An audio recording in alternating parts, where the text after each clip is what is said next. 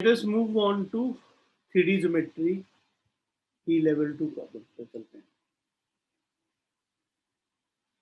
तो वैसे इंटरेस्टिंग बात है कि जब लेवल 2 प्रॉब्लम 3D ज्योमेट्री कर रहे होगे तो they might not be as high level as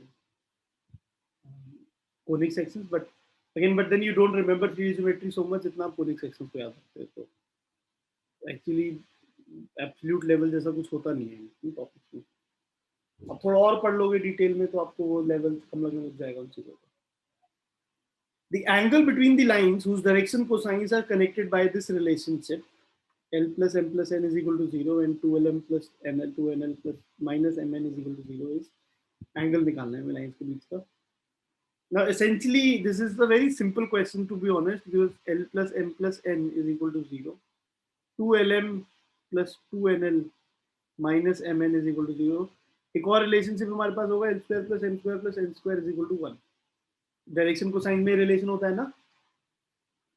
So these are three equations, three variables. Ideally we should be able to solve। और एक स्क्वायर हो रहा है कहीं पे तो फीलिंग ये होगी कि यार स्क्वायर होने की वजह से एलिमेंट मल्टीपल रूट्स आ जाएंगे, तो दो लाइंस के हमारे पास डायरेक्शन कोसाइंस आ जाएंगे, and from there we should be able to find out the value of L M and N, and from there we should be able to find out the angle.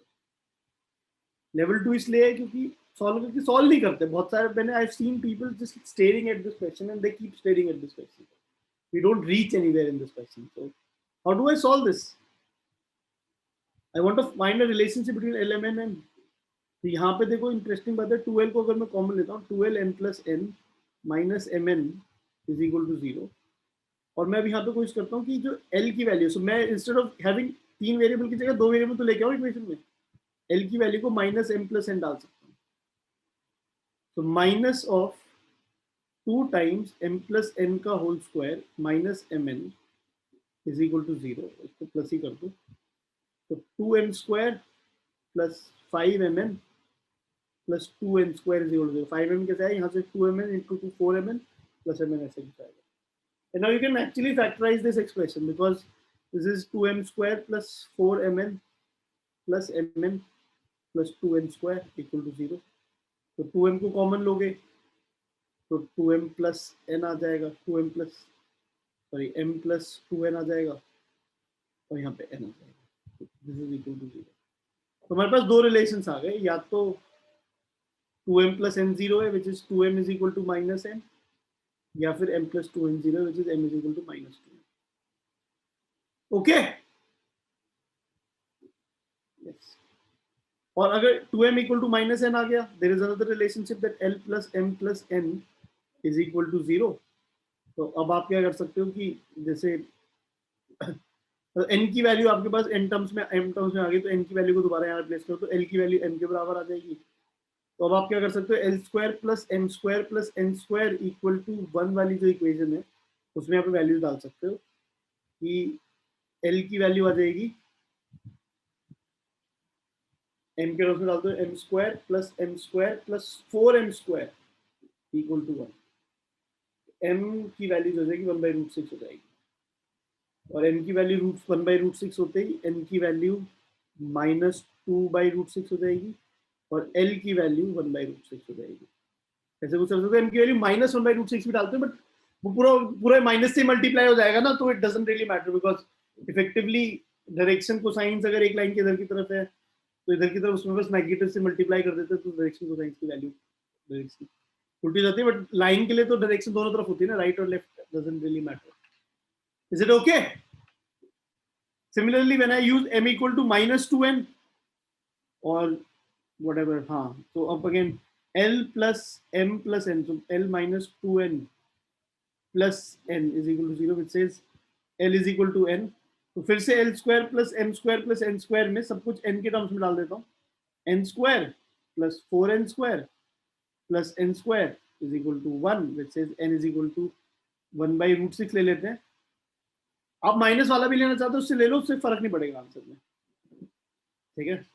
1/√6 ले लेते हैं, and then eventually if I do L की value is n के बराबर 1/√6, m की value is -2n which is -2/√6, and n की value is -2, sorry n की value निकाली है ना 1/√6, तो हमारे पास दो लाइंस आ गई अगर मैं सोचूं तो ये L1 M1 N1 L2 M2 N2 ऐसे हमारे पास दो लाइंस आ गई। अब इन दोनों लाइंस के बीच का हमें एंगल निकालना होगा जो ये पूछा हुआ है इन्होंने क्वेश्चन में। तो it's a time consuming process guys, it's not easy. तो cos थीटा अगर आपको याद होगा तो वो होता था L1 L2 plus M1 M2 plus N1 N2 and then that would be 1/√6 plus 1/√6 1/6 M1 M2 हो जाएगा 1/6 अगेन सॉरी -2/6 क्योंकि यहाँ पे आप देखोगे तो ये -2/6 है और -2/6 again that will be -3/6 and that is -1/2 that is your cos theta। cos theta की वैल्यू आ गई हमारे पास -½ एंड cos theta की वैल्यू -½ आ गई तो यहाँ से थीटा की वैल्यू आ गई 2π/3 और π/3 भी आप कंसिडर कर सकते हो क्योंकि लाइन दो लाइंस के बीच का एंगल हमेशा एक अगर थीटा एंगल है तो पाई माइनस थीटा भी हमेशा ही होगा ना। तो 2π/3 बोलो या π/3 बोलो तो फर्क नहीं पड़ता, दोनों ही आंसर्स होंगे। तो यहाँ पे इन दिस केस ये दोनों आंसर्स होंगे। तो मैंने वही बोल रहा था कि अगर आप माइनस नेगेटिव वाला भी ले लेते तो cos थीटा की वैल्यू पॉजिटिव आ जाती, ठीक है। And then it would have been π/3 हो जाता, बट π/3 आंसर दे रहे हो तो फिर 2π/3 भी देना एंगल बिटवीन द लाइंस के लिए आंसर आपको। Is it okay? Yes, so this is समझ आया ये क्वेश्चन, ठीक है। तो प्लीज इस क्वेश्चन को देख के हमारे को we should be quickly ready to solve these questions. तो क्या करना है आपको, एक m और n में एक रिलेशन मतलब instead of two variables in this equation try to bring this in terms of one variable and factorize it and that's it, ठीक है। moving on, a line with direction cosines proportional to 2 1 2 उसके direction ratios 2 1 और 2 है, meets each of these lines, एक ये line है एक ये लाइन है, and coordinates of each points of intersection are. तो भाई साहब क्या है, एक लाइन की इक्वेशन दे रखी है हमें, x is equal to y plus 1 is equal to z, जैसे L1 लाइन है ये 1 से डिवाइड कर दो, ऐसे लिख दो जस्ट 1 से डिवाइड करने वाला इक्वेशन। हाँ ठीक है, तो ये लाइन हमें पता चल गई L1। दूसरी लाइन एक और दे रखी है L2, L2 लाइन जो है वो है x minus 2y plus 1 is equal to 0 and y minus z equal to 0। अभी कुछ समझ नहीं आ रहा है क्या बकवास है भैया, तो जो लाइन 2 है बिल्कुल नहीं समझ आ रही कैसे लिखी हुई है। एक्चुअली ये दो प्लेन की इक्वेशन है और दो प्लेन की इक्वेशन से एक लाइन बनता है, दो प्लेन का एक लाइन ऑफ इंटरसेक्शन होता है, वहां से होता है। आप इतनी टेंशन मत लो, if you want to get the line की equation very easily you can get it. यहाँ पे y इक्वल टू z एक पार्ट है ना, ऊपर वाले को भी y के टर्म्स में लिख लो, तो x प्लस 1/2 y की वैल्यू यहाँ से अगर नोटिस करोगे तो, और यहाँ से भी y की वैल्यू निकाल लो, इसे इक्वेट कर दो, this is your equation of the line. ये L2 की इक्वेशन होगी, आपकी स्टैंडर्ड फॉर्मेट में आ गई ना ये, ठीक है, बढ़िया बात है, दोनों की इक्वेशन आ गई। अब हमें बोला भाई एक लाइन है L जिसके डायरेक्शन रेशियो जो है 2 1 2 है, उसका जो डायरेक्शन रेशियो है वो 2 1 2 है और दोनों लाइंस को इंटरसेक्ट करती है। दोनों लाइन को इंटरसेक्ट करती है तो क्या सिचुएशन होगी कि जी it should lie on this point also, तो इसको म्यू अगर मैं बोल दूंगा तो लैम्डा बोल दूंगा इसे मैं, तो ये लैम्डा के टर्म्स में आ जाएगा lambda comma lambda minus 1 comma lambda, इस पॉइंट का कोऑर्डिनेट हो जाएगा। इन टर्म्स ऑफ म्यू अगर मैं इसे म्यू के बराबर डाल दूं तो 2 mu minus 1 mu comma mu इस पॉइंट का कोऑर्डिनेट हो जाएगा। एंड दे ये जो ब्लू आई लाइन जैसे एल लाइन जो है, एल लाइन के डायरेक्शन रेशियोज, ये पॉइंट नहीं, इसके डायरेक्शन रेशियोज जो है वो हमें गिवन है कि 2,1,2 which basically would mean in दोनों पॉइंट्स में अगर आप नोटिस करोगे तो आप ये बोल सकते हो कि जो डायरेक्शन रेशियोज होते हैं वो क्या होते हैं।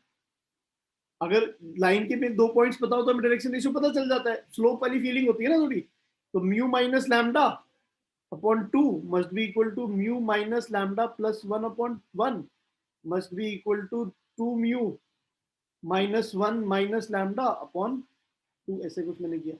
तो इसका एक्स कोऑर्डिनेट माइनस इसका एक्स कोऑर्डिनेट, इसका एक वाई कोऑर्डिनेट माइनस इसका वाई कोऑर्डिनेट, इसका जेड कोऑर्डिनेट माइनस इसका z coordinate divided by direction ratios, मैंने उसे इक्वेट कर दिया ना। बात समझ आई क्या ये? Yes, and then this is अगर relationship in mu and lambda, तो यहाँ से लैम्डा और म्यू की वैल्यू हमें पता चल जाएगी।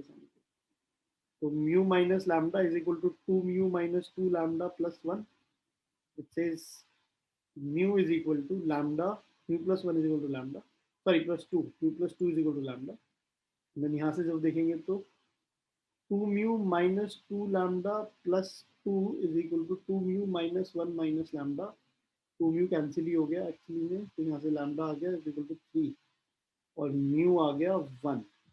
तो लैम्डा और म्यू की वैल्यू आ गई, तो आपको इस पॉइंट में कोऑर्डिनेट पता चल गया। लैम्डा की वैल्यू आ गई 3, तो 3,2,3, इस पॉइंट पे म्यू की वैल्यू 1 आ गई, तो 1 1 1 1 1 1 3,3 3 3। This is the answer. Coordinate of each point of intersection are like this. Are we clear?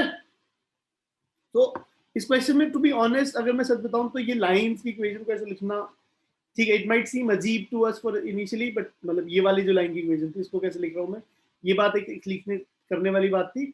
जो सबसे इंपॉर्टेंट स्टेप था वो ये था कि इन पॉइंट्स को अज्यूम करके हमें बोलना है कि अगर इस लाइन का डायरेक्शन रेशियो हमें पता है तो फिर हम लोग क्या करेंगे, इस पॉइंट को अज्यूम करके इनका डायरेक्शन रेशियो निकाल दो लाइन का लैम्डा म्यू के टर्म्स में, उसे इक्वेट कर दो जो गिवन डायरेक्शन रेशियो है। Okay, this is what we are supposed to do in this particular question. समझ आ रही है बात ये? Moving on, a rod of length 2 units is such that its one end is 1 0 minus 1, other end touches this plane। एक rod है हमारे पास, उसका एक एंड 1 0 minus 1 पे है और दूसरा एंड एक प्लेन को टच करता है। ठीक है, इसकी लेंथ रॉड की 2 है। प्लेन की इक्वेशन क्या है, x minus 2y plus 2z plus 4 equal to 0।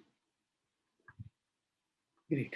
Now the question asks several parts in this, which says one of them is the rod sweeps a figure। So ये अब ये जो rod है अगर इसको हम मूव करें इस पर्टिकुलर सिनेरियो में तो दिस वुड बी स्वीपिंग अ कोन। अगर आप इमेजिन करोगे तो ये तो समझ आ रही है बात। तो एक एंगल पे है रॉड प्लेन के साथ, अगर उस प्लेन पे टच करते रहना है दूसरे एंड को, तो अगर पूरा आप इसका कोनिक लोकस बनाओ रॉड का, आप लोकस ऑल पॉसिबल पोजीशन देखो रॉड की ऐसे, तो एक कोन यहाँ पे हमें ट्रेस होता हुआ मिलेगा, which would basically imply volume कितना हो जाएगा कोन का, 1/3 पाई आर स्क्वायर एच। भाई साहब एच की वैल्यू कैसे निकालेंगे, एच की वैल्यू कैसे निकालेंगे, इसमें एक कोऑर्डिनेट को डालो 1 - 0 - 2 + 4 का mod divided by 1 square + 2 square + 2 square का रूट, दिस इज 9 का रूट 3 एंड दैट इज 2 + 1 3 3/3 1। तो एच की वैल्यू 1 हो गई। अगर एच की वैल्यू 1 आ गई तो आर की वैल्यू निकल सकती है क्या यहाँ पे, आर की वैल्यू पाइथागोरस से निकल जाएगी। 1/3 पाई आर इज, ये 1 आ गया तो आर इज √3 ना, 3 हो जाएगा इंटू एच 1 है तो पाई आ जाएगा which is okay. Rod sweeps a figure with volume pi cubic units. Are we able to understand this? Yes, ठीक है। तो एक पार्ट ये है। नेक्स्ट चीज कहती है area of the region which the rod traces on the plane is. तो भाई जो प्लेन पे जो रॉड रीजन ट्रेस कर रही है वो एक सर्कल है, सर्कल का एरिया देखना है। सर्कल का एरिया हो जाएगा पाई आर स्क्वायर विच इज 3 पाई। 2 पाई बोला हुआ ये नहीं। Length of the projection of the rod on the plane is √3 units। Length of the projection of the rod on the plane is √3 units। यही तो है रॉड का प्रोजेक्शन ही तो है ये, √3 निकाला है हमने, ये ठीक हो गया। Center of the region which the rod traces on the plane is, how do I find out the center of the region of the which the rod traces on the plane? Now this you should be able to answer this now. You should be able to get an answer in this particular part.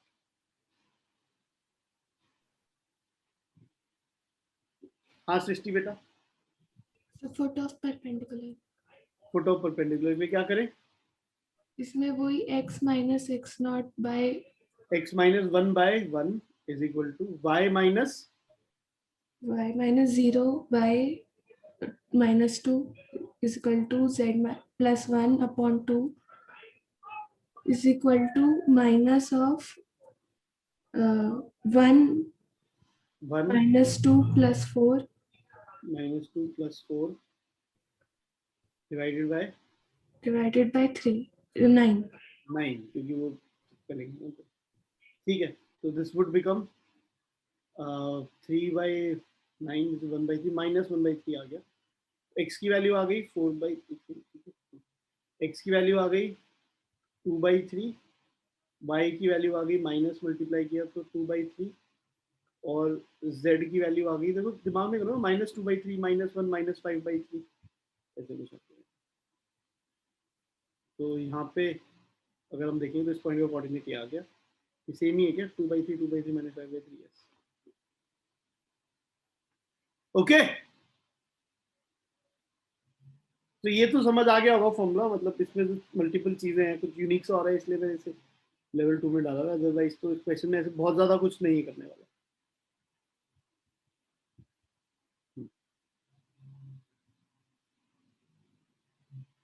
Let's try to look at this particular question.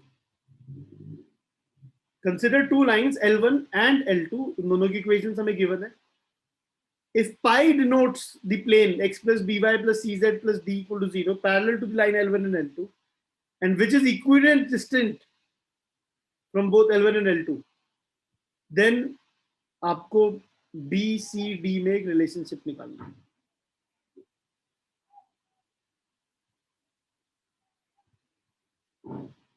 There is a line L1 and there is a line L2, and there is a plane which is parallel to both L1 and L2.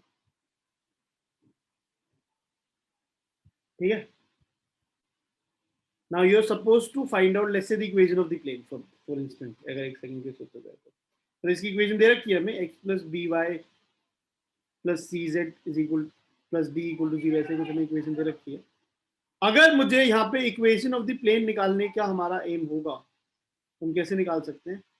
हम ये कह सकते हैं कि जो normal होता है plane का वेक्टर, अगर इस लाइन के लिए वेक्टर b1 है और इस लाइन के लिए वेक्टर b2 है, हम कहते हैं ना लाइन की equation a plus lambda b, कुछ हम कहते थे वेक्टर फॉर्म में, 3D ज्योमेट्री में, राइट? देन हम यहाँ पे ये आर्ग्यूमेंट दे सकते हैं कि जो इस प्लेन का जो नॉर्मल वेक्टर होगा, जो इस प्लेन का नॉर्मल वेक्टर होगा, that would be parallel to b1 cross b2. Why? Because इस प्लेन के नॉर्मल वेक्टर को L1 और L2 दोनों से परपेंडिकुलर होना पड़ेगा, तो b1 से ही परपेंडिकुलर होना पड़ेगा और b2 से ही परपेंडिकुलर होना पड़ेगा.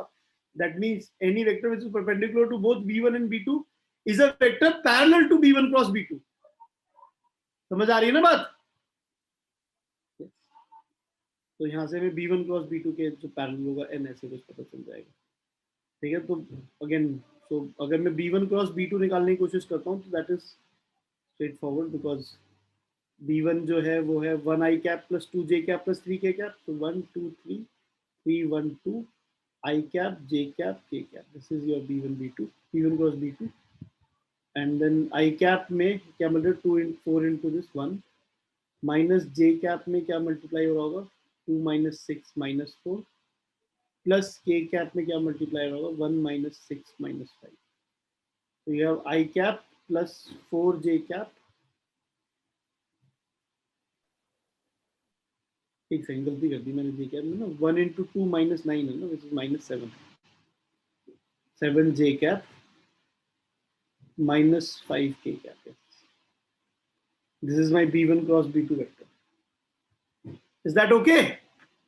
And now if it is parallel to n1, so आप बोल सकते हो कि यहाँ पे जो इसका n1 वेक्टर है, यहाँ से वो आप बोल सकते हो कि इसका जो नॉर्मल वेक्टर है वो एक्चुअली में 1 i cap plus bj cap plus c k cap है. तो 1/1 is equal to b/7 is equal to c/-5. तो एक्चुअली में b और c की तो वैल्यू पता चल गई है. b की वैल्यू हो गई 7 और c की वैल्यू हो गई -5. Okay great. d की वैल्यू कैसे निकालें? ये आर्ग्यूमेंट दिया हुआ है कि ये जो प्लेन है ये L1 और L2 दोनों से इक्विडिस्टेंट है. ये जो प्लेन है ये L1 L2 दोनों से इक्विडिस्टेंट है. तो अगर एक लाइन का उसके पैरेलल एक प्लेन से डिस्टेंस निकालना है तो it's a fairly straight forward argument. Again, choose any point on the line. एक पॉइंट P मान लो लाइन पे, जैसे ही P पॉइंट पता चल जाएगा उसका डिस्टेंस निकालने का फॉर्मूला तुम्हें पता है. अब इस लाइन पे कौन सा पॉइंट माना जा सकता है? एक लाइन पे L1 पे वो देखा जा सकता है कि L1 पे आई कैन अज्यूम 1, 2, 3. L2 पे आई कैन अज्यूम 2, 3, 1. अब 1, 2, 3 का डिस्टेंस कितना होगा इस प्लेन से? 1, 2, 3 का डिस्टेंस अगर आप निकालोगे इस प्लेन से, इनफैक्ट इस प्लेन की इक्वेशन अब थोड़ी सी आपको रिवाइज्ड फॉर्म में पता चल गई है. That is x plus 7y minus 5z plus d is equal to 0. Let's put 1 2 3 1 plus 7 into 2 14 minus 5 into 3 15 plus D का mod divided by 1 square plus 7 square plus 5 square का रूट। ये आपका distance है एक लाइन से, L1 से distance है। L2 से डिस्टेंस देखेंगे तो इसमें पॉइंट का कोऑर्डिनेट 2, 3, 1 हमने ज्यूम किया। ये समझ आता है ना, इसको 0 डाल के निकाल लेते हैं ना सिंपली, ये 2 ये 3 ये 1 यहाँ से निकल के आ जाएगा हमारे पास। 2 3 1 डालेंगे यहाँ पे, तो 2 plus 7 into 3 21 minus 5 into 1 5 plus D का मॉड डिवाइडेड बाय ये same expression 1 square plus 7 square plus 5 square. ये तो कैंसिल ही हो गया न्यूमरेटर में, इनफैक्ट ये भी टर्म कैंसिल हो गए, तो मॉड डी आ गया राइट में और लेफ्ट में आ गया 2 plus 21 minus 5, that is 21 minus 5 is 16 plus 18, so 18 plus d का mod आ गया। We get 18 plus d का mod is equal to d, so यहाँ से दो इक्वेशन बनेगी, तो 18 plus d is equal to plus d, which is not possible, और बनेगी 18 plus d is equal to minus d, in which we will get d की value as -9. Okay, and then once we get this, तो फिर अब हमारे को देखना है भी कौन सा रिजल्ट ठीक होगा। तो अब हमारे को b पता चल गया, कितना b आ गया था, b की value came out to be 7, c की value came out to be -5, d की value came out to be -9। तो 1 plus b square that is 50, on the right hand side 5 square plus 9 square, ये तो नहीं है true. b is equal to root bc, ये तो वैसे ही true नहीं है, d नेगेटिव है। b is equal to cd, 7 is equal to -, तो ये भी नहीं है, ये होना चाहिए 2b plus c plus d, 14 minus 5 minus 9 is equal to 0. So d is the correct option in this case. समझ आया ये? मतलब एक्चुअली भी बड़ा अजीब है ऐसा क्वेश्चन, ये वाली चीज अजीब है इसमें कि बी सी डी की वैल्यू निकाल के फिर ये रिलेशनशिप पूछ रहे हैं, इसे बी सी डी की वैल्यू पूछ लेते, ठीक है। तो नॉर्मली तो ऐसा होता था कि बी सी डी की वैल्यू सॉल्व नहीं हो सकती और फिर आप रिलेशनशिप पूछ लो तो फिर भी समझ आती थी बात, बट कुछ अजीब सी कहानी है, बट ठीक है, दैट्स ओके। क्लियर है हम सब लोग? तो ये कंडीशंस कुछ खास प्रॉब्लमेटिक नहीं है, मतलब ये लाइन उसके पैरेलल है तो वहां से आपको नॉर्मल वेक्टर के बारे में आइडिया लग गया इन दोनों से, और नॉर्मल वेक्टर के बारे में आइडिया लग गया तो आपको बी सी डी के बारे में, बी और सी के बारे में आइडिया लग गया, ठीक है। फिर उसके बाद डिस्टेंस सेम है और डिस्टेंस सेम वाली प्रॉपर्टी को एक्सप्लॉइट किया, तो वहां से मैं दूसरा रिजल्ट पता चल गया। Is it okay? ठीक है।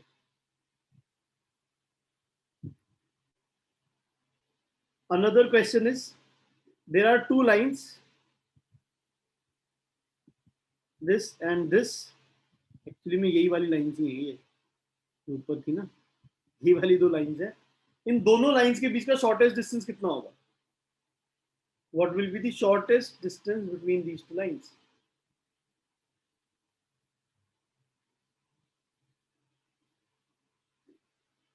So again, मतलब लेवल 2 में इसलिए कि शॉर्टेस्ट डिस्टेंस वाली चीज याद नहीं रहती, अदरवाइज वो याद ही रखना है, there is no other way you can really figure it out, क्योंकि स्क्यू लाइंस बोले भी है ना यहाँ पे, कुछ स्क्यू लाइंस ही होती है उसमें शॉर्टेस्ट डिस्टेंस होता है, तो वो हम करते कैसे थे स्क्यू लाइंस का शॉर्टेस्ट डिस्टेंस? हम स्क्यू लाइंस का शॉर्टेस्ट डिस्टेंस हम क्या करते थे, हम कहते थे एक पॉइंट यहाँ लो A1, एक पॉइंट यहाँ लो A2, और जो शॉर्टेस्ट डिस्टेंस होगा वो दोनों से परपेंडिकुलर होगा, इससे भी परपेंडिकुलर होगा और इससे भी परपेंडिकुलर होगा। तो इस A1 माइनस A2 वेक्टर का प्रोजेक्शन आप ले लो अलोंग, ये जो line perpendicular to both of them है वो B1 क्रॉस B2 है। So you need to really find the projection of A1 minus A2 along B1 cross B2. So कोई भी A वेक्टर का projection across B vector is A dot B cap upon B1 cross B2 का mod. That is what we have to do. So very simple. You have a point, you have a point 1 2 3. तो अगर ये देखूंगा तो 1, 2, 3 point है, ये वाला point 2, 3, 1 point है, तो A1 माइनस A2 वेक्टर देखेंगे तो दैट वुड बी, इससे कर देता हूँ, -1 I cap -1 J cap +2 K cap. You need to take a dot with B1 cross B2. B1 cross B2 मैंने ऊपर निकाल लिया था ना, एक्चुअली मैं उसे यूज कर लेता हूँ, I cap +7 J cap -5 K cap, I cap +7 J cap -5 K cap divided by इसका मॉड कितना है? What is the mod of this? 1 + 49 + 25 का अंडर द रूट। तो ये जो शॉर्टेस्ट डिस्टेंस हो जाएगा वो हो जाएगा ये और डॉट प्रोडक्ट लेंगे तो -1 -7 -10 डिवाइडेड बाय डिनोमिनेटर में क्या है root of 75. 49 plus 25 is 49 plus 1 is 50 plus 20 is 75. So that's effectively mod of this obviously. 18 divided by root 75. ये ऑप्शन है. रूट 75 को आप लिख सकते हो 5 रूट 3 और 18 में आप 6 into 3 लिख सकते हो और ये रूट 3 हो जाएगा. इसे कैंसिल करोगे आप तो that would basically become 6 root 3 by 5. ये ऑप्शन है. समझ आई बात? Is it like really complicated? Simple सी बात. आई थिंक स्ट्रेट फॉरवर्ड सी बात है. तो अगर दो लाइन्स हम ले रहे हैं तो उनके बीच का हम लोग शॉर्ट रेजिस्टेंस आसानी से निकाल सकते हैं. ये फॉर्मूला याद था नहीं था? ठीक है, अगर याद था तो रिजल्ट अच्छा ही आएगा. आपको चिंता मत करो. कंसिडर टू लाइन्स, वही सेम लाइन्स है अभी भी. Number of straight lines that can be drawn through the point 1, 4, -1 to intersect the line L1 and L2. कितनी लाइन्स हम ड्रॉ कर सकते हैं from point 1, 4, -1 to intersect the line L1 and L2? ये question.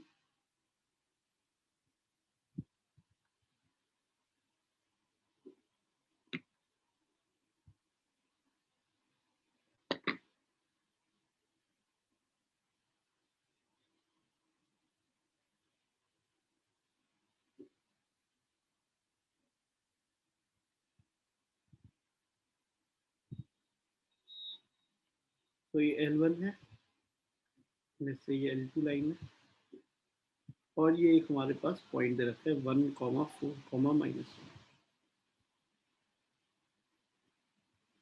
Now हमें ये निकालना है कि कितनी लाइन्स हम ड्रॉ कर सकते हैं 1, 4, -1 से जो इन दोनों लाइन्स को इंटरसेक्ट करें. तो इस क्वेश्चन में अगर हम सोचा जाए तो ये दोनों लाइन्स तो स्क्यू थी, तो that is not a very big problem कि मतलब एक दोनों एक प्लेन में नहीं लाई कर रही. That is something there. चलो let's see, we will see that. अब हम लोग को कैसे निकाल सकते हैं, क्या कर सकते हैं इस क्वेश्चन में? What can we do in this question? भैया L1 L2 पे कोई पॉइंट्स ले लेते हैं लैम्डा म्यू करके और देखेंगे कि तीनों पॉइंट्स को लीनियर आ रहा है. ये किया जा सकता है एक्चुअली में कि यहाँ पे एक पॉइंट लिया जा सकता है लैम्डा के टर्म्स में. इसको आप लैम्डा के बराबर डालेंगे तो इस पॉइंट का कोऑर्डिनेट हो जाएगा 1 + लैम्डा, 2 + 2 लैम्डा, 3 + 3 लैम्डा.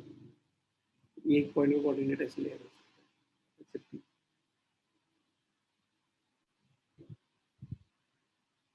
अब मान लेते हैं ये आगे एक्सटेंड होके इस पॉइंट पे इंटरसेक्ट करता है और इसमें इसको म्यू डाल देते हैं. इसको म्यू डालेंगे तो 2 + 3 mu, 3 + mu, 1 + mu, 2 mu. This is your point Q. Now, अगर ये तीनों पॉइंट्स एक ही लाइन में आ गए for any value of lambda and mu, then this would be you can have, depending on the values of lambda and mu, you will have this. How do we do collinearity in case of 3D? Collinearity of 3 points हम कैसे देखते हैं 3-dimensional geometry में? 2D में कुछ हमने पढ़े थे, मतलब जो नॉर्मल स्ट्रेट लाइन में पढ़े थे ना, collinearity of points. तो हम कैसे करते हैं? How do we prove that the 3 points are collinear? What can I do? याद आ रहा है कुछ?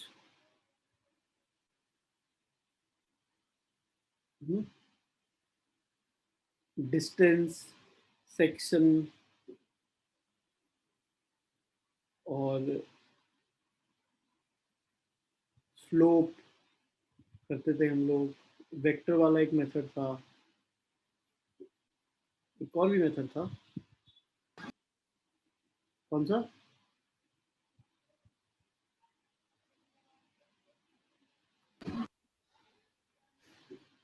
ठीक है, वेक्टर वाली चीज में कर सकता हूँ. यहाँ पे वेक्टर वाली चीज में क्या कह सकता हूँ कि AP vector needs to be parallel to AQ vector.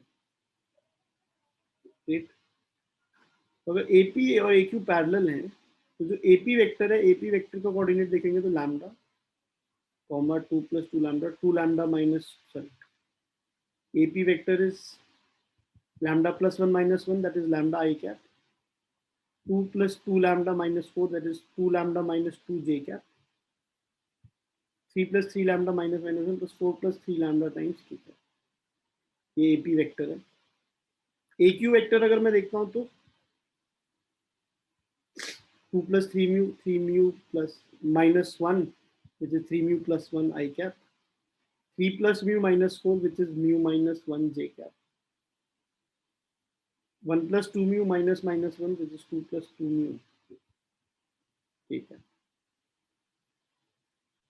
Are we able to understand this? Now, when are these two vectors parallel?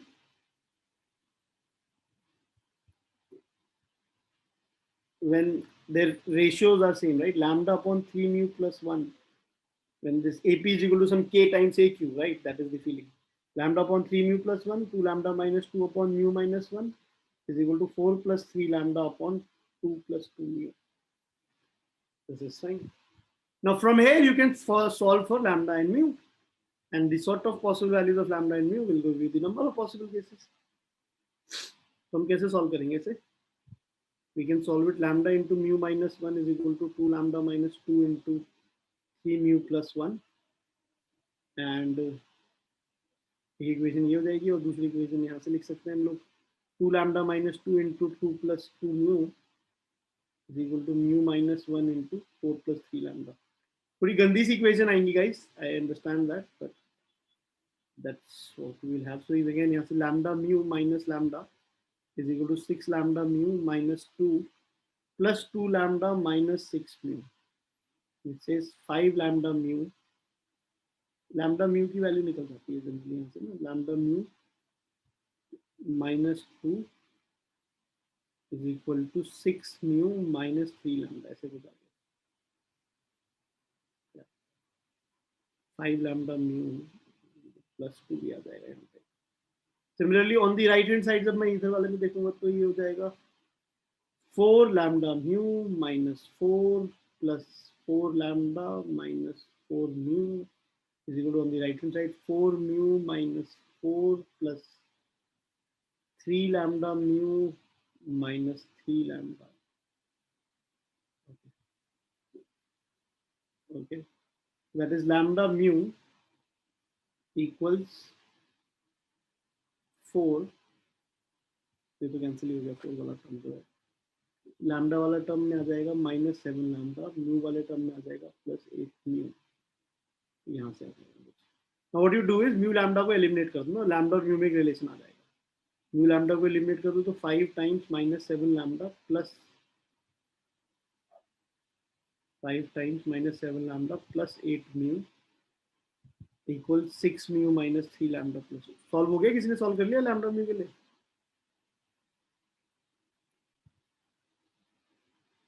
Minus 35, that's 32 lambda, 40 minus 6, 34 lambda, 34 mu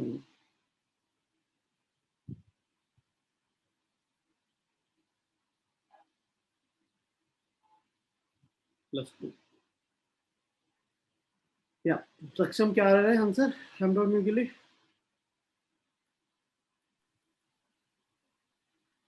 हमें सक्षम बात नहीं, मतलब मैंने कुछ अलग मेथड करा है, मतलब थोड़ा इजी लग रहा है मेरे को। एक लैम्डा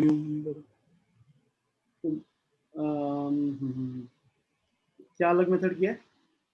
मतलब मैंने माना कि उस पॉइंट से L1 पे मैं कोई भी लाइन जैसे बनाऊं तो वो सारी लाइंस काइंड ऑफ कोप्लेनर होंगी। तो मैं उस प्लेन की इक्वेशन भी लिख सकता हूँ क्योंकि मेरे को L1 पे पॉइंट पता है और L1 का कोसाइन भी पता है और वो A पॉइंट भी पता है, तो मैंने वो प्लेन की इक्वेशन लिख दी। अब बेसिकली मेरे को उस प्लेन और L2 का इंटरसेक्शन देखना है, तो वो या तो एक पॉइंट आ सकता है या हो सकता है वो पैरेलल हो जाए या मतलब प्लेन में लाइन लाई कर जाए। तो वो कंडीशंस देख ली तो वो एक ही पॉइंट आ रहा है। हाँ तो बेटर एक्चुअली, बहुत अच्छा किया तुमने ऐसे किया है। और अगेन यहाँ से कुछ सॉल्व हो रहा है? 32 लैम्डा, अगर मैं यहाँ से फाइनली इस इक्वेशन में डालूंगा, इस इक्वेशन में डालूंगा इसमें, तो लेट्स से म्यू की वैल्यू डाल देता हूँ, तो that will become 32 lambda time 32 lambda plus 2 upon 34 equal to -7 lambda plus 8 mu. और म्यू की वैल्यू क्या डालना था, 32 lambda plus 2 upon 34. So that is 32 lambda square plus 2 lambda is equal to, यहाँ पे जब मल्टीप्लाई करूँगा तो 8 into 32 is 256 lambda and -7 into 34 is 8 into 38 lambda plus 16, 34 cancel हो जाएगा, 256 minus 238 is 18 lambda. So 32 lambda square minus 16 lambda plus 16 is equal to 0, which is lambda की value is equal to, so lambda square minus 2 lambda square minus lambda plus 1 is equal to 0, which is 2 times lambda square minus 2 lambda plus 1 is equal to 0, which is lambda is equal to या तो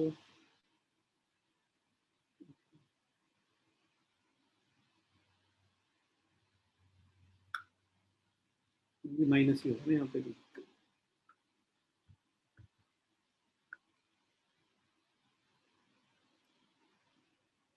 so 2 lambda plus 1 into lambda minus 1 is equal to 0. So lambda is equal to either minus half or lambda is equal to 1. These are the two possible values of lambda. And according to these two possible values of lambda, you will get two possible values of mu as well, because there is a relationship between them. तो यहाँ से हमारे को lambda की value को अगर मैं minus half डालता हूँ तो 16 minus half 16 minus 15. So mu will become equal to minus 15 by 16 minus 15 by 34. और अब लैम्डा को 1 डालता हूँ तो mu will become 1. So basically दो पॉसिबल पॉइंट्स आ गए, लैम्डा और mu की दो पॉसिबल, एक तो पॉसिबल वैल्यूज ये हो गई और एक पॉसिबल वैल्यूज ये हो गई, यहाँ से हम सॉल्व कर सकते हैं. There are two possible points which come out to be possible. However actually में मतलब I don't know, this is more about theory of equation really than the vectors. There is a problem here, which the problem is, sorry, you have to ignore this result. Lambda equal to 1 is not possible. Why? Because lambda equal to 1 पे क्या होगा, ये जो equation बनाई थी ना हमने, कहाँ गई, डिवाइड किया था हमने, दोनों को पैरेलल किया था, ये जो equation बनाई थी, lambda equal to 1 पे और mu equal to 1 पे, ये 0/0 फॉर्म है. एक्चुअली में क्या हुआ होगा कि जब आपने इसको इसमें क्रॉस मल्टीप्लाई किया तो 0 = 0 हो गया होगा, इसमें क्रॉस मल्टीप्लाई किया तो 0 = 0 हो गया होगा, इसलिए एज अ सोल्यूशन आ रहा है. We have to sort of ignore this solution, and ignoring this solution, this is the only possible solution. But again as Amey is saying, this is not a great method to do this. मतलब इसमें मेरे को लग रहा था एक interesting बात ये कि रियलाइज करने वाली कि यार इसमें आप पता है इंटरेस्टिंग बात, एक और इंटरेस्टिंग चीज ये सोच सकते थे कि मैंने दो इक्वेशन बनाई यहाँ पे. Let's say this was first term, this was second term, this was third term. 1 = 2 and 2 = 3 करके बनाई ना मैंने इक्वेशन दो. तो वहां से जब भी क्रॉस मल्टीप्लाई होगा तो this = 0 and this = 0 वाला टर्म मेरे पास आ गया. अगर 1 = 2 और 1 = 3 करके आप इक्वेशन बनाते ना, तो 1 वाला जो टर्म है लैम्डा अपॉन लैम्डा की वैल्यू 0 और म्यू की वैल्यू -1/3 भी एक सोल्यूशन आता. और वो सोल्यूशन वैलिड नहीं होता क्योंकि इसमें 0/0 फॉर्म हो जाती है, कुछ ऐसी फीलिंग होती है. वो क्रॉस मल्टीप्लाई होने की वजह से कुछ प्रॉब्लम हो रही है. तो इसमें एक ही आंसर है. The answer to this question is 1 only, and that is there. But again any day what Amey is suggesting is better, because we will understand this कि यार यहाँ से आप एक प्लेन की इक्वेशन निकाल सकते हो. ऐसे कोई बहुत इजी काम नहीं है, बट स्टिल प्लेन की इक्वेशन कैसे निकालेंगे हम लोग? प्लेन की इक्वेशन ऐसे निकाल सकते हैं कि देखो एक पॉइंट पता है हमें और इस लाइन की इक्वेशन पता है. इस लाइन में ये वाला वेक्टर पता है ना इसका, which is 1i cap plus 2j cap plus 3k cap. हमें ये वेक्टर पता है, एक पॉइंट पता है इस लाइन में 1 2 3, और ये वाला पॉइंट पता है हमें 1 4 -1. तो इस प्लेन का नॉर्मल हमें पता चल जाएगा. ठीक है, there will be a normal that we can see in this plane. There will be a normal that we can see in this plane. That normal will be, ये vector क्या हो जाएगा? This vector will be 1 minus 1 I cap 2 j cap minus 4 k cap, ऐसे कुछ हो गया. So normal would be ये B1 बोल दो अगर एक सेकंड के लिए, और ये B2 बोल दो. So B1 cross B2 is the normal in this case, and then that would be I cap j cap k cap and 0 2 minus 4 1 2 3, then I cap into 6 minus this 14 I cap minus j cap into plus 4 j cap k cap into minus 2 k cap. तो इस plane की equation में आ जाएगा ax और 14x, फिर आप उसको divide by 2 भी कर सकते हो, कोई फर्क नहीं पड़ता. 7x plus 2y minus z is equal to d, और इस d की वैल्यू आप निकाल सकते हो बाई पुटिंग दिस पॉइंट. ये पॉइंट के पॉइंट को ऐसे पॉइंट डाल दो, 1 डालता हूँ तो 7 plus 14 minus 3 that is 18, this equals 18. ये प्लेन की इक्वेशन हो गई. अब आपको ये देखना है कि इस प्लेन की इक्वेशन में एक प्लेन अगर हमारे पास है और एक लाइन हमारे पास है, तो ये जो लाइन है देयर आर मल्टीपल पॉसिबिलिटी. एक पॉसिबिलिटी है कि ये लाइन इस प्लेन के पैरेलल हो जाए.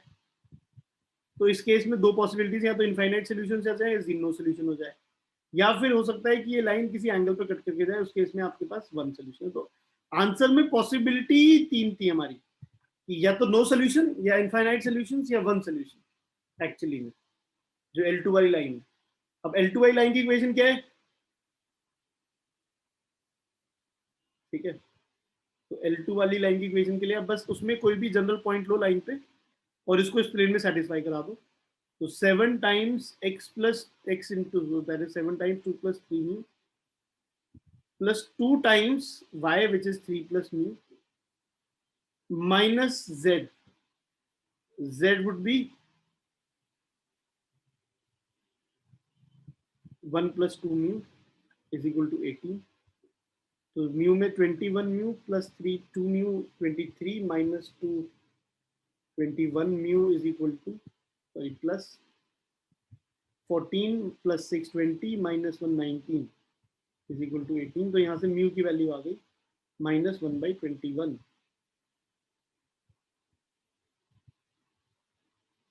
इज इट ठीक है? मैंने ये जो भी है, तो एक म्यू की अगर एक वैल्यू आ गई हमारे पास, that implies what? One solution. अगर यहाँ पे इक्वेशन आ जाती 0 equal to 0, that implies infinite solution. अगर इक्वेशन आ जाती 2 equal to 0, that would have implied no solution. समझ आ रही है बात? ये that is how we would have judged this कि भाई कितने रूट्स हैं इसके. नहीं है रूट, ऐसा कुछ लिख सकते थे. ठीक है, ऐसा भी कर सकते थे कि इस लाइन के डायरेक्शन रेशियोज पता है, अगर हमें इस लाइन की डायरेक्शन रेशियोज पता है तो वो इस प्लेन के पैरेलल है या नहीं लाइन, वो आप जज कर सकते हो ना कि नॉर्मल और इस लाइन की डायरेक्शन रेशियोज का डॉट प्रोडक्ट अगर 0 आ गया तो परपेंडिकुलर पैरेलल लाइन और प्लेन. और अगर वो पता चल गया लाइन और प्लेन पैरेलल है, तो फिर हम ये आर्ग्यूमेंट दे सकते हैं कि फिर अभी देख सकते हैं कि वो लाइन उस प्लेन में लाई करती है नहीं करती, उस लाइन के पॉइंट को सेटिस्फाई करके देख के वहां से भी कर सकते थे, या फिर ये भी कर सकते हैं. Both of them are effectively similar. Now are we clear? Sorry guys to torture you in this calculation. ये कैलकुलेशन ही बंद है बस, अदरवाइज तो ठीक है, इतना कुछ बड़ी बात नहीं थी. But yes, okay, so this is what we can do in this. Let's look at another problem.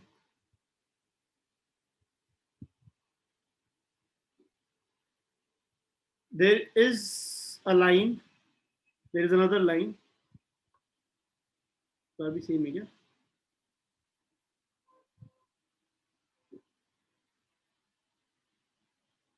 चलो कुछ फर्क है? फर्क है नहीं, कहाँ फर्क है? सेम लाइन से भी. हमारे को एक प्लेन की इक्वेशन दे रखी है. It is given that this plane is rotated through 90 degree about its line of intersection with this another plane. तो दो प्लेन है, उनका कुछ इंटरसेक्शन एक लाइन होगी, उस लाइन के अबाउट ये वाले प्लेन को हमने रोटेट कर दिया है, ये कुछ फालतू में आ गया यहाँ पे, ठीक है। The equation of the plane in the new position is what? Equation of the plane in the new position is what? Question समझ आया? तो भाई साहब हमारे पास क्या है, we have two planes,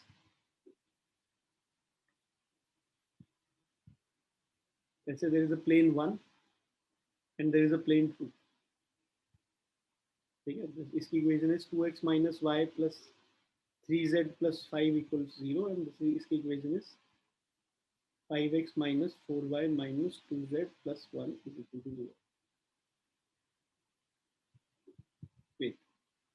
Now we generally say this कि P2 and P1 लिख देता हूँ, पाई भी लिख सकते हो, कोई बात नहीं है।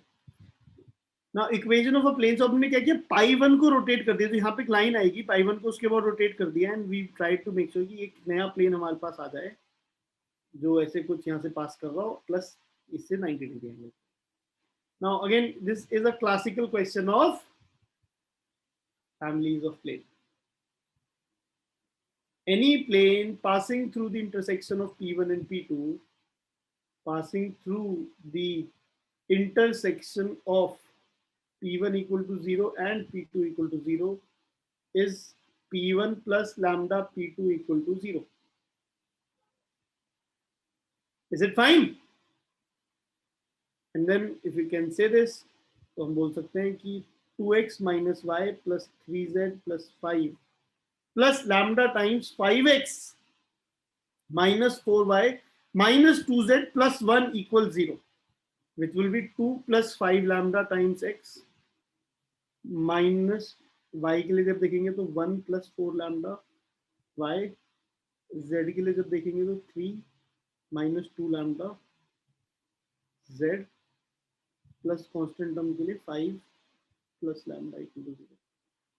ये मेरे पास इन जनरल कोई भी प्लेन आ जाएगा। Now what we want with this, ये जो न्यू प्लेन आया है, ये plane has to be perpendicular to plane 1, तो इन दोनों के नॉर्मल्स भी परपेंडिकुलर होंगे। तो अगर आप नोटिस करोगे this 2 into, so as P is perpendicular to P1, so दो प्लेन अगर परपेंडिकुलर होते हैं तो उनके नॉर्मल्स का डॉट प्रोडक्ट 0 होना चाहिए, which basically would mean इसका नॉर्मल क्या है, 2i cap minus 1j cap plus 3k cap, इसका नॉर्मल क्या है, 2 plus 5 lambda a cap minus 1 plus 4 lambda k cap plus 3 minus 2 lambda j cap k cap. You got the feeling, right? समझ आ रही है आपको बात?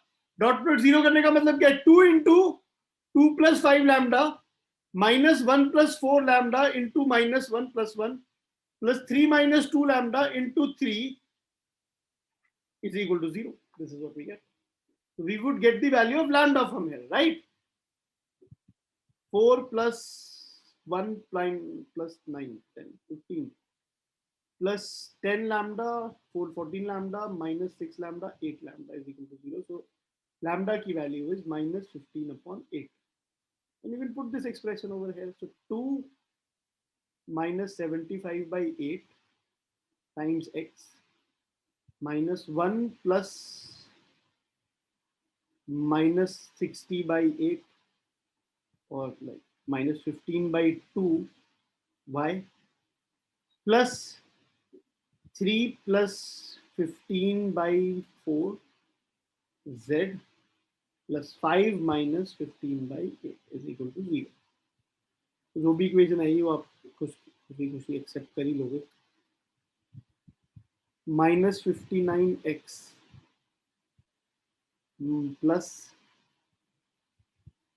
59x by 8 plus 13x by 2 plus 1227z by 4 minus 25 by 8, और अगर मैं इसे 8 एलसीएम ले लूँ तो 26 52 हो जाएगा, ये 54 हो जाएगा, ये 25 हो जाएगा, इज इक्वल टू 0। देखना ऐसे कुछ आ रहा है, 59x गलती कहाँ करी है मैंने, कैलकुलेशन मिस्टेक कहाँ करी है? लैम्डा की वैल्यू -14/8 आ गया। 2 into 2 4 plus 1 5 plus 9 14 4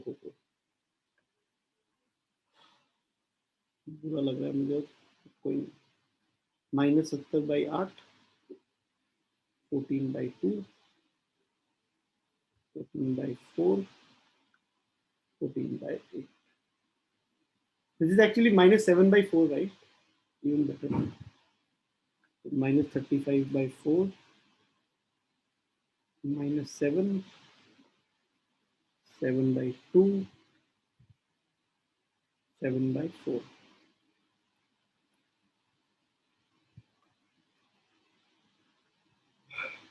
Eight minus 35 minus 27 by 4x minus plus 6y.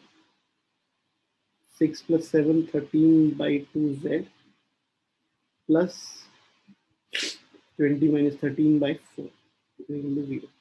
If I take 4 as LCM, 24 by 4, 26 by 4.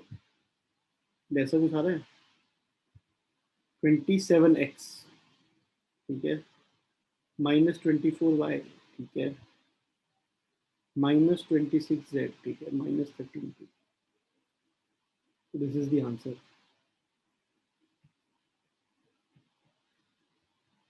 Minus से मल्टीप्लाई करेंगे 27x minus 24y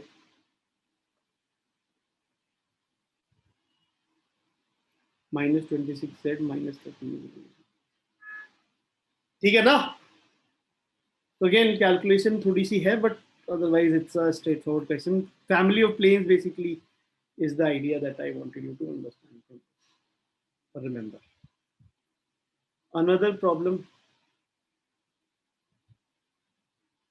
A line passing through the origin is perpendicular to these two lines. ये दो line की equation दे रखी है, 3 plus t I cap plus 1 minus 2t j cap plus this. Similarly L2 की value भी दे रखी है in terms of s. Then the coordinates of the point on points on L2 at a distance of root 17 from the point of intersection of L and L1. So a line passing through origin and perpendicular to these two lines. ऐसे कुछ हमें given है कोई line. Okay. Then the coordinates of this line points on L2 at a distance of root 17 from the point of intersection of L and L1 are okay. Let's try doing this.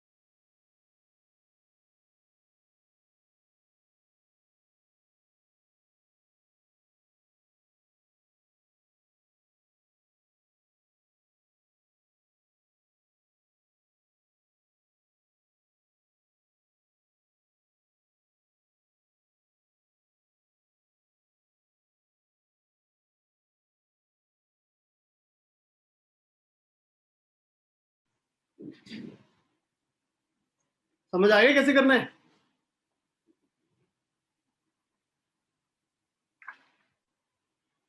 ये line की equation समझ आ रही है पहली बात तो. Draw किया, डायग्राम ड्रॉ किया, एक L1 लाइन है, एक L2 लाइन है, ठीक है, और एक लाइन है जो ओरिजिन से पास करती है और इन दोनों से परपेंडिकुलर है।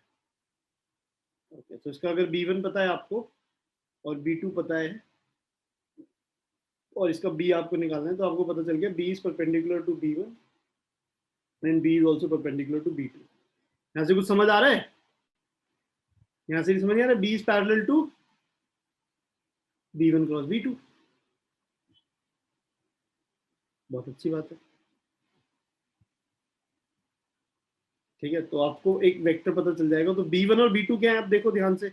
ये जो लाइन की इक्वेशन है उसको समझो कि क्या दे रखी है। लाइन की इक्वेशन दे रखी है कि जो पोजीशन वेक्टर है वो 3i cap minus j cap plus 4k cap plus t times i cap plus j 2j cap plus 2k cap, ऐसे कुछ है। तो ये मेरा B1 वेक्टर है और ये मेरा उसके पॉइंट है कोई लाइन पे, a प्लस लैम्डा बी वाली फॉर्म में, ये समझो। तो अगर मैं अगर आई जे कैप के कैप करता हूं तो ये मेरे को पता चल जाएगा कि B1 इज 1 2 2 1 2 2। B2 में ऐसे देखेंगे तो ये 2 वाला टर्म आएगा, ये 2 वाला टर्म आएगा, ये 1 वाला आएगा, 2 2 1, ऐसे कुछ।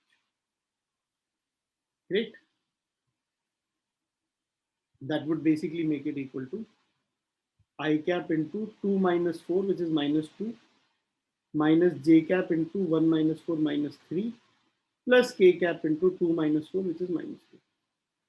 This is minus 2 I cap plus 3 j cap minus 2 k cap.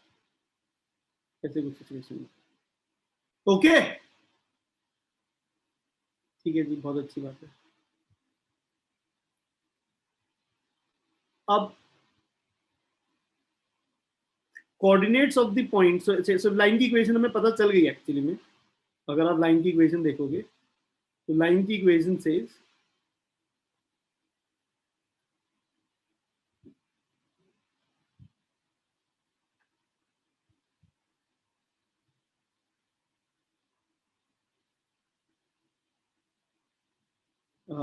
Origin से पास करिए तो x y z और कोफिशिएंट से मल्टीप्लाई करना है तो -2 3 -2, ये मेरी L की इक्वेशन है, ये मुझे पता चल गई है यहाँ पे। अब मुझे देखना है coordinates of the point on L2 पे पॉइंट मुझे ढूंढने हैं जो L और L1 के पॉइंट ऑफ इंटरसेक्शन से √17 यूनिट्स पे।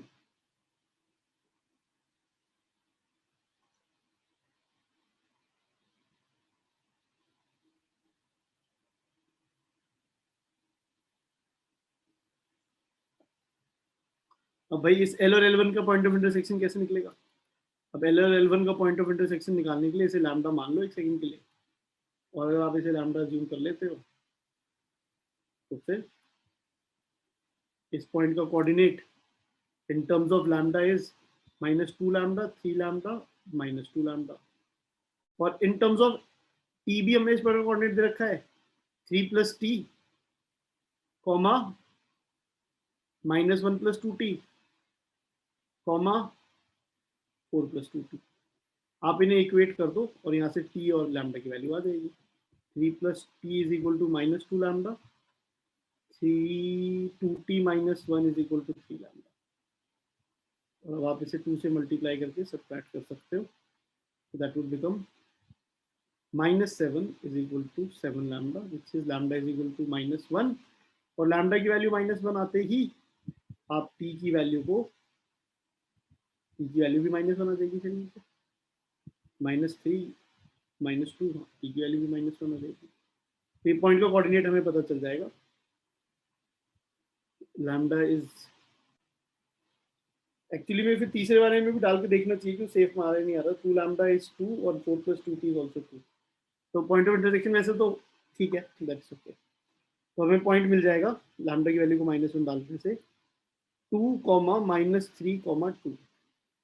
अब इस पॉइंट का डिस्टेंस फ्रॉम, इस पॉइंट पे ऐसे लाइन ढूंढने हैं जिसका डिस्टेंस है √17 यूनिट्स। तो इस पॉइंट पे कोई भी लाइन L2 में हमें कोई भी पॉइंट पता है, L2 पे मैं कोई भी पॉइंट अगर मैं देखता हूं तो L2 की इक्वेशन ये थी, तो इसका coordinate 3 + 2s, 3 + 2s, 2 + s, that is the coordinate of any point on L2 and then अब इसका डिस्टेंस अगर इस पॉइंट से मैं देखूंगा, if I look at the distance AB, तो AB must be equal to √17. That would imply 3 plus 2s minus 2, 1 plus 2s का whole square plus 3 plus 2s, again distance formula simple, 6 plus 2s का whole square plus 2 plus s minus 2 s का whole square का root is 17, तो ये 17 हो गया. तो 1 plus 4s square, तो मैं देखता हूँ तो 4s square 4s square 4s 9s square 1 plus 36 37 is equal to 17, so plus 18, नहीं यहाँ पे 37 है और वहाँ 17 20, 4s plus 24 28s plus 28s is equal to 0. It's a quadratic in S, simple सी बात है. एंड देन इसके सॉल्यूशंस क्या होंगे? 28 सम चाहिए और प्रोडक्ट चाहिए 180 18s plus 10s कुछ कर सकता हूँ ना मैं, वो आप देख लेना, वो थोड़ा सा ट्रिकी है मुझे लगता है. 9s s plus 2 plus 10 times s plus 2 is equal to 0, which says s is equal to minus 10 by 9 और s is equal to minus 2. तो अगेन ऐसे दो पॉइंट्स आ जाएंगे हमारे पास and then you can put these coordinates and I think सिर्फ ये और ये आंसर आ जाएगा. I am not sure but वो आप निकाल लोगे ना, इसकी वैल्यू यहाँ डाल के पॉइंट्स के कोऑर्डिनेट में you would be able to calculate the coordinates of the points. Okay, is there anything that you want to ask or tell in this particular question? So again, it is a little lengthy and I'm sure you will be doing a lot of things in this which are not एकदम से obvious, but देखो ये वाली चीज steps में सोचो ना, इसके बारे में हमें ये देखना coordinates of point on L2, coordinates of point on L2 चाहिए जिसका डिस्टेंस इन L और L1 और L के पॉइंट ऑफ इंटरसेक्शन. तो हमें ये पॉइंट ऑफ इंटरसेक्शन मिल जाए, कोऑर्डिनेट्स ऑफ पॉइंट, सो ये डिस्टेंस √17 करने के लिए ऑब्वियसली हम यहाँ पॉइंट्स निकाल सकते हैं क्योंकि s के टर्म्स में यहाँ पे पॉइंट को अज्यूम कर सकते हैं हम लोग. तो अब ये पॉइंट ऑफ इंटरसेक्शन कैसे निकलेगा? ये पॉइंट ऑफ इंटरसेक्शन निकालने के लिए L के बारे में दे रखा है, L इन दोनों लाइन से परपेंडिकुलर एक लाइन बनानी है, ठीक है. तो L के बारे में ऐसे कुछ दे रखा है, ओरिजिन से पास करती है L. Okay, so that is another thing that is given about L. तो फिर इवेंचुअली हम कुछ ऐसे अज्यूम कर लेंगे यहाँ पे कि L का मतलब L इज लाइक वही ठीक है. L का जो B है वो B1 और B2 दोनों से परपेंडिकुलर है, तो L की इक्वेशन हमें पता चल गई. तो ये पॉइंट का इंटरसेक्शन पता चल गया, फिर इंटरसेक्शन से पता चल गया. कैलकुलेशन से ज़्यादा है but in terms of steps से सब मुझे नहीं लग रहा बहुत ज़्यादा प्रॉब्लम. ओके, ठीक है. I think this is the second last question. From a point lambda comma lambda comma lambda, perpendicular PQ and PR are drawn on this line, on these two lines. If P is such that angle QPR is right angle, then possible values of lambda are.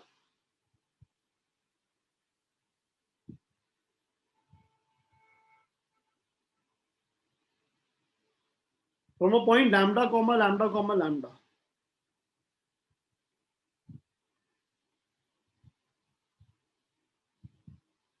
Perpendicular PQ and are drawn respectively. Perpendicular PQ and PR are drawn respectively.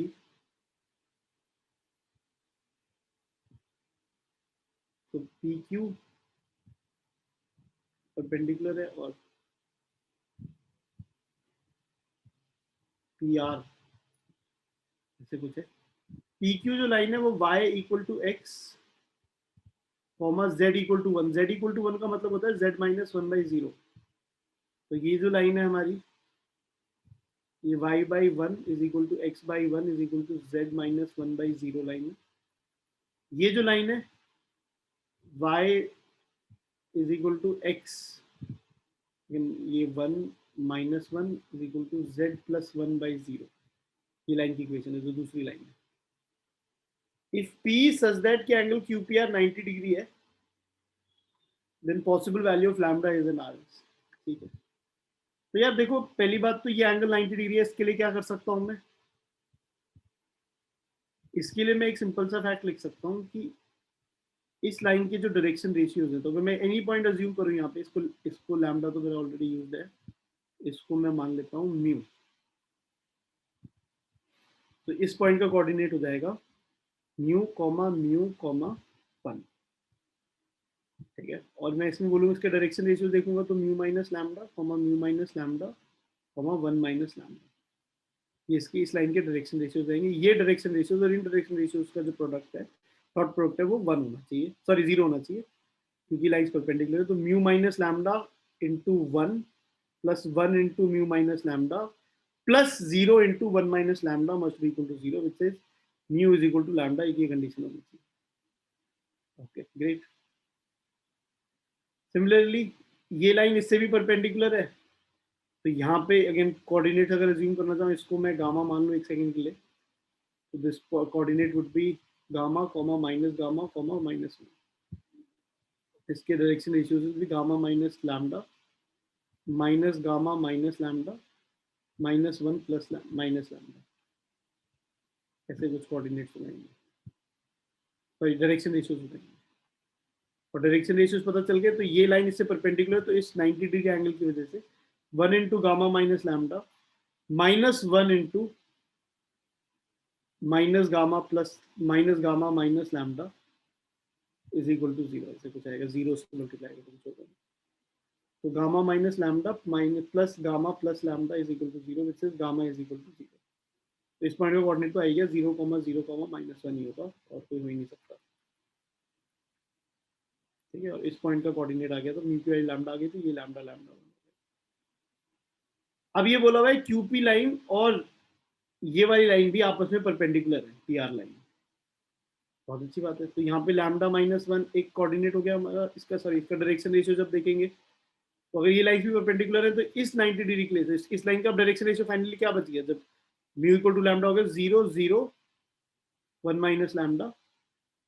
और यहाँ पे direction ratio की बात करेंगे, तो gamma की value अगर 0 आ गई, गामा की वैल्यू अगर 0 आ गई, तो ये minus lambda minus lambda minus lambda minus lambda -1 minus lambda, ऐसे कुछ इसके डायरेक्शन रेशियो होगा। अब इन दोनों का प्रोडक्ट भी 0 होना चाहिए, क्योंकि ये आपस में 90 डिग्री एंगल, तो इस 90 डिग्री के लिए इसका इस लाइन का डायरेक्शन रेशियो और इस लाइन का डायरेक्शन रेशियो, ये दोनों डायरेक्शन रेशियोज 1 होने चाहिए, 0 होने चाहिए, तो इसका प्रोडक्ट डॉट प्रोडक्ट 0 होना चाहिए। तो basically 1 minus lambda into minus of 1 plus lambda, ये वाला टर्म ही बचेगा, क्योंकि ये सब तो 0, 0 हो जाएंगे, इज इक्वल टू 0 हो जाएगा। तो लैम्डा की वैल्यू +1 या फिर -1 हो सकती है। These are the two possible values of lambda. Is that okay? तो अगेन हम ये दोनों आंसर मार्क कर देंगे। However, please इस केस में ना भी थोड़ा सा भी ना, I don't know how to tell you how to realize this, but there is a problem that if you put lambda, so ये सिंगल चॉइस में होगा तो फिर भी सोचा जाएगा कि यार जो लैम्डा तो 1 और -1 आ रहा है, यहाँ तो एक ही आंसर हो सकता है इनमें से। तो आप जब लैम्डा की वैल्यू को डालोगे, जब 1 डालोगे तो 1 1 1 पॉइंट आ जाएगा, और जब -1 डालोगे तो -1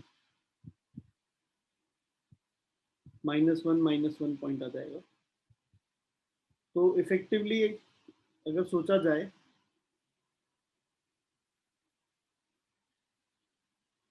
कुछ प्रॉब्लम है कुछ?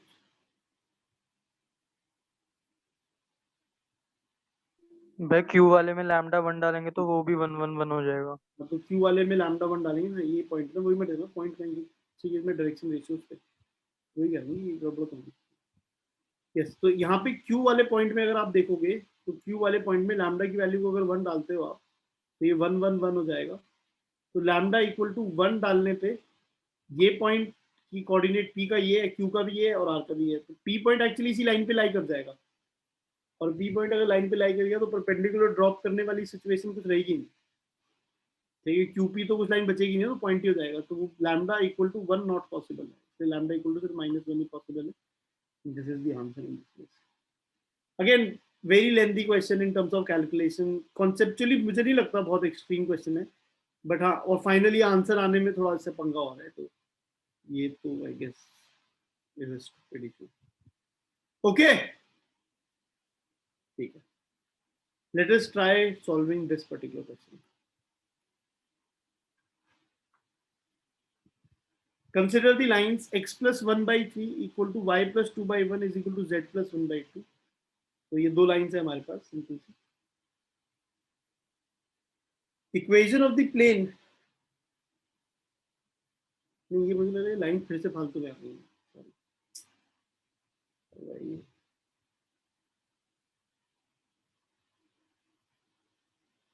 If the equation of the plane containing the line this एक ही लाइन है बेसिकली, ये एक लाइन है.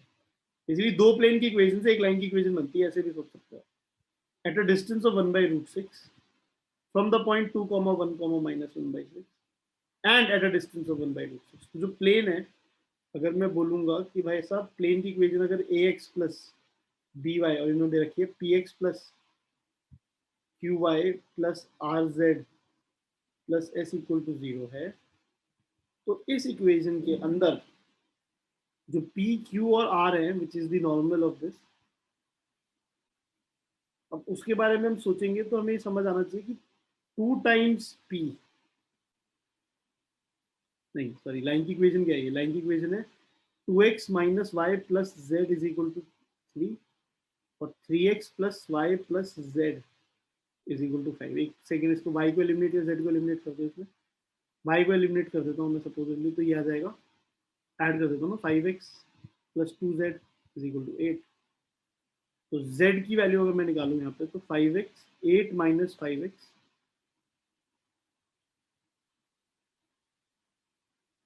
अपॉन माइनस 2, ये मेरा z है. इस इक्वेशन में से अगर मैं या x की वैल्यू निकालूंगा, x की वैल्यू निकालूंगा तो 8 माइनस 2z अपॉन 5. यहाँ से मैं अब जैसे मैंने z को y को एलिमिनेट किया था, z को एलिमिनेट करो सब्ट्रैक्ट कर दूंगा तो x plus 2y is equal to 2. तो यहाँ से मैं y x की value in terms of y लिख सकता हूँ 2 माइनस 2y अपॉन 1. तो equation of the line is x is equal to z minus 4 minus of this upon minus 5 by 2, ऐसे कर लो, और 2 times y minus 1 on minus 1 और 2 से डिवाइड कर दूं इसे इक्वेशन को, तो ये कुछ नहीं.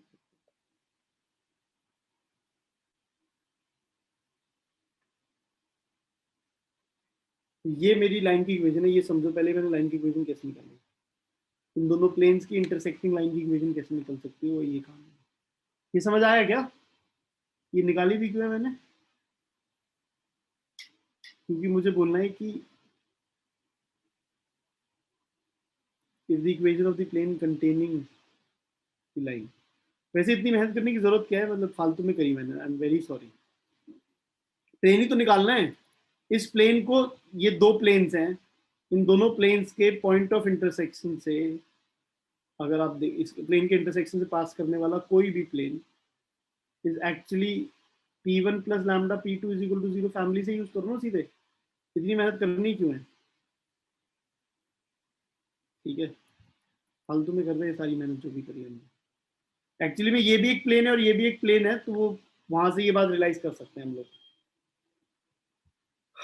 And then how can I write this? 2x minus y plus z minus 3 equal to 0 plus lambda times 3x plus y plus z minus 5 is equal to 0.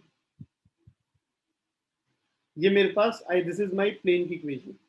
And ये बोला भाई कि ये जो प्लेन है ये 1 by root 6 डिस्टेंस पे है from 2 comma -1 comma -1.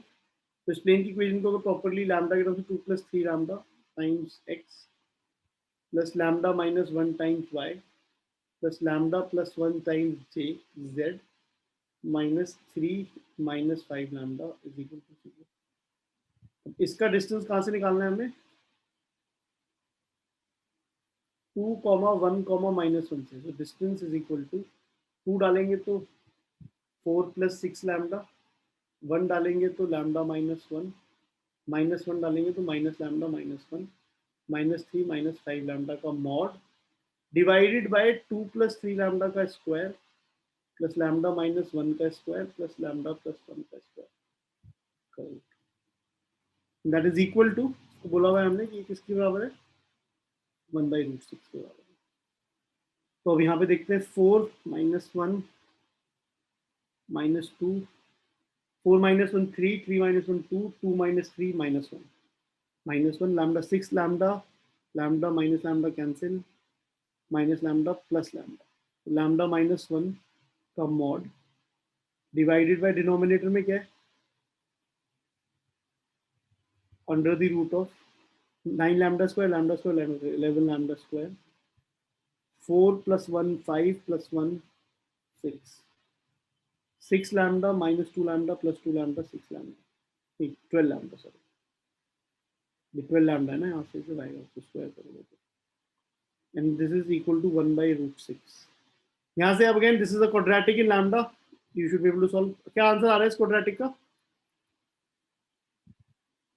6 times lambda minus 1 का square is equal to 11 lambda square plus 12 lambda plus 6. This is 6 lambda square minus 12 lambda plus 6 is equal to 11 lambda square plus 12 lambda plus 6. 6 will cancel out. 5 lambda square is equal to minus 12 lambda. Minus 24 lambda, which is lambda is either equal to 0 or minus 24/5. And lambda की दोनों values अगर मेरे पास आ जाएंगी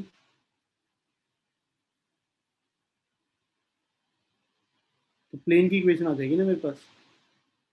आई will get the plane की equation, 0 डालूंगा तो मैं simply 2x plus 2x minus y plus z minus 3 equal to 0 हो गया। तो p की वैल्यू इज 2 -1 1 -3, इसको सम करते हैं तो -1 आ जाएगा। Find the minimum value P Q R S करना है ना, और क्या है उसके अलावा दूसरी पॉसिबिलिटी क्या है,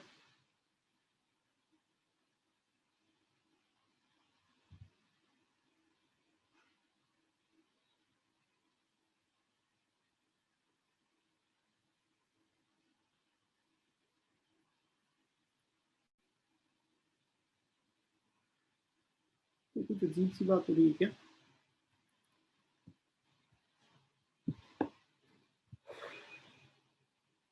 लैम्डा इक्वल टू 0 अलाउड है, लैम्डा इक्वल टू 0 पे आ तो रही है, डिस्टेंस 1/√6 आ रहा है, 2, 1, -1 से, ठीक है। और फिर दूसरी पॉसिबिलिटी क्या है, लैम्डा को क्या डालना था, -24/5, अगर वो डालते हैं तो 2 plus -72/5 times x plus lambda -1 which is -29/5 lambda plus 1 -19/5 z, ये -62/5 है, प्लस 5 lambda is 24/5 है ना, 21,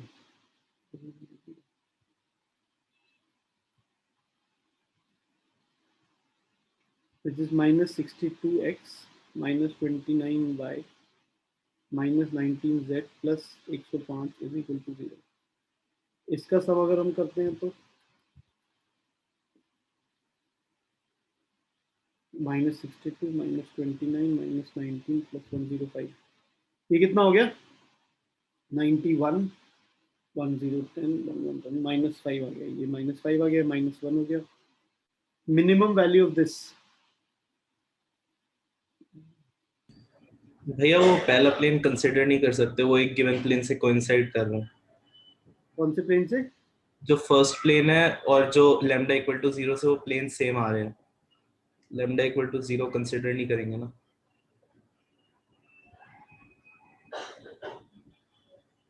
so if I am trying to write the equation of the plane containing this line,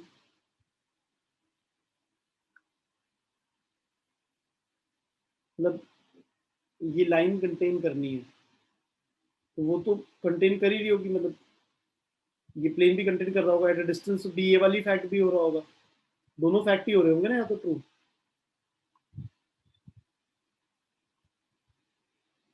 हाँ हाँ भैया हाँ, दोनों हो जाएंगे, तो वही प्लेन दिख रहा था। बट मुझे तो ये समझ नहीं आ रहा है, mind find the minimum value of p plus q plus r plus s का क्या मतलब है?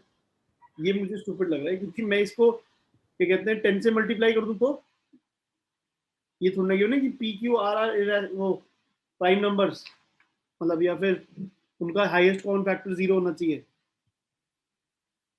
ये बात समझ आ रही है क्या? मतलब that is the only possibility कि उनका हाईएस्ट कॉमन फैक्टर 0 ले लो, बीइंग कीपिंग देम इंटीजर्स। तो ये -1 आ गया और ये -5 आ गया, तो -5 आंसर हो जाना चाहिए आइडियली। बट ऐसा कुछ इन्होंने गिवन ही नहीं किया क्वेश्चन में।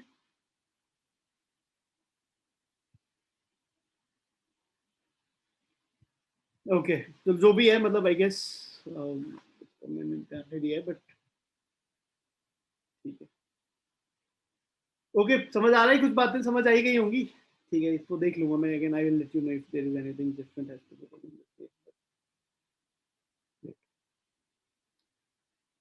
So I think that is it for the today's class। और तो कोई बता नहीं है। यस, पहले तो वेक्टर्स भी करने का प्लान था, but I realise that vectors करने में टाइम लग जाएगा, तो हम वो अगली क्लास में कभी फिगर आउट कर लेंगे वेक्टर्स वाला जो पार्ट है। That should be okay.